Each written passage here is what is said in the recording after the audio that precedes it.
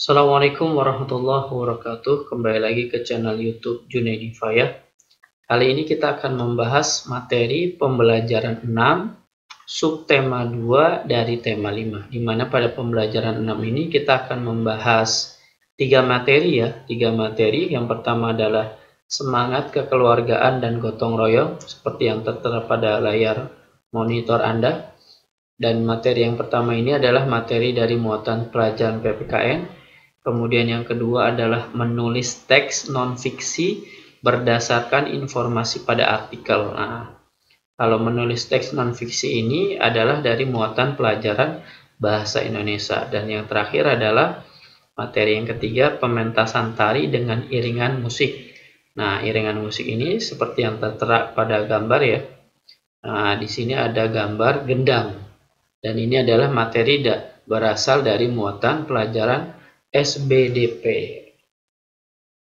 Langsung saja tanpa berpanjang kata, sebelum kita melanjutkan pembicaraan kita atau pembahasan materi ini, yuk siapkan diri kita dalam mencermati dan menonton video ini dengan cermat ya, agar kita dapat memahaminya dengan mudahnya. Yuk sama-sama kita bahas materinya.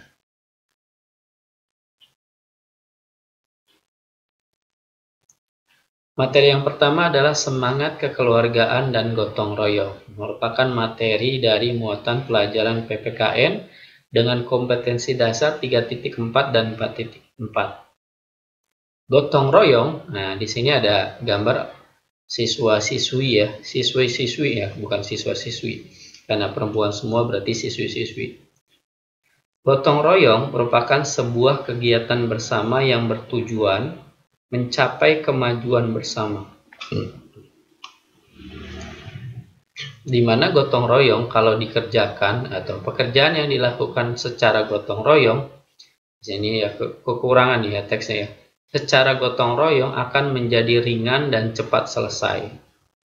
Contoh gotong royong di masyarakat misalnya adalah siskamling, kerja bakti membersihkan lingkungan, dan bakti sosial. Jadi gotong royong kalau di masyarakat itu banyak sebenarnya. Kalaupun saya menulis di sini hanya 3 ya. Contohnya siskamling, kerja bakti membersihkan lingkungan, dan bakti sosial. Kalau di sekolah jelas gotong royongnya banyak. Sama halnya kayak di masyarakat. Di sini adalah gotong royongnya dicontohkan pada gambar adalah membersihkan lingkungan sekitar kelas atau sekolah. Jadi siswi-siswi ini sedang membersihkan lingkungan yang ada di sekolahnya. Gotong royong dapat menumbuhkan semangat kekeluargaan karena dikerjakan bersama-sama, otomatis dia akan menumbuhkan semangat kekeluargaan satu dengan yang lainnya, merasa memiliki satu dengan yang lain. Kemudian semangat kekeluargaan adalah sikap memperlakukan orang lain seperti halnya keluarga. Jadi kalau ditanya semangat kekeluargaan adalah sikap memperlakukan orang lain seperti halnya keluarga. Jadi inilah semangat kekeluargaan. Semangat kekeluargaan ini tumbuh akibat dari kita melaksanakan yang namanya gotong royong. Makanya agar kita bisa memperlakukan orang lain dengan halnya keluarga kita, maka kita harus banyak-banyak nih gotong royong. Karena kalau udah kita memperlakukan orang lain seperti halnya keluarga, maka kita akan terhindar yang namanya dari pertikaian dan perpecahan, apalagi permusuhan. Kita lanjutkan ke slide-nya. Nah, kalau di sini, kalau tadi siswi-siswi, di gambar ini adalah, di slide ini ada gambar siswa dan siswi.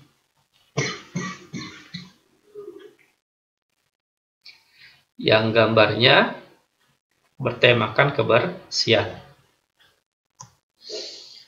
Manfaat semangat kekeluargaan 1.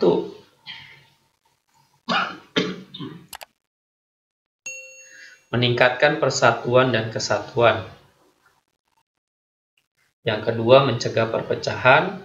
Serta yang ketiga adalah menciptakan hubungan yang harmonis antar sesama. Jadi ada manfaatnya semangat kekeluargaan itu. Kita lanjutkan ke slide-nya ya.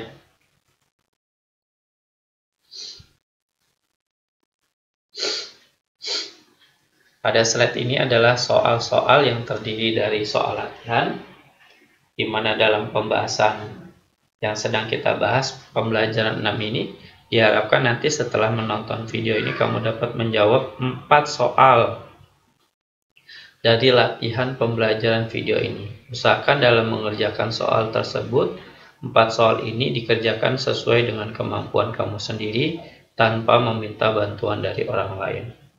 Kita bahas selanjutnya atau kita lanjutkan slide-nya.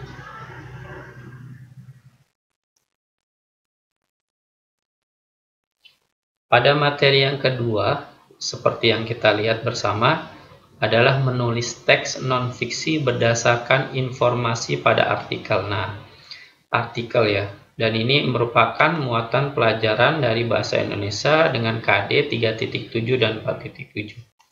Di mana artikel merupakan sebuah karya tulis atau tulisan yang berisi informasi berdasarkan fakta yang dibuat untuk dipublikasikan melalui koran, majalah, buletin yang bertujuan menyampaikan gagasan dan fakta yang dapat meyakinkan, mendidik, dan menghibur. Itu adalah dari pengertian atau definisi dari artikel. Nah, di sini ada tugas nih ya, ada gambar. Carilah informasi penting yang terdapat pada artikel lalu kembangkan menjadi pikiran utama. Ingatlah kembali langkah menulis teks non-fiksi dengan mengembangkan ide pokok. Nah, di sini ada teks, tapi ini boleh diabaikan karena sudah ada latihan soalnya ya. Seperti yang tadi di slide sebelum slide ini, sudah ada 4 soal. Silakan kerjakan 4 soalnya saja. Yang ini diabaikan saja. Begitulah artikel. Jadi kalau kamu ditanya tentang artikel, maka artikel itu adalah sebuah karya tulis atau tulisan yang berisi informasi berdasarkan fakta yang dibuat untuk dipublikasikan. Ini adalah contoh dari artikel. Sedangkan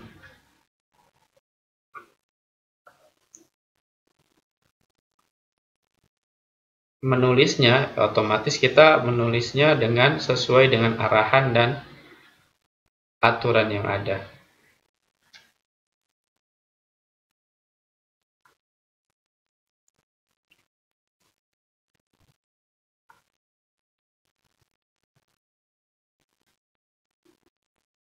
Kita lanjutkan dengan materi yang ketiga, yaitu materi pementasan tari dengan iringan musik.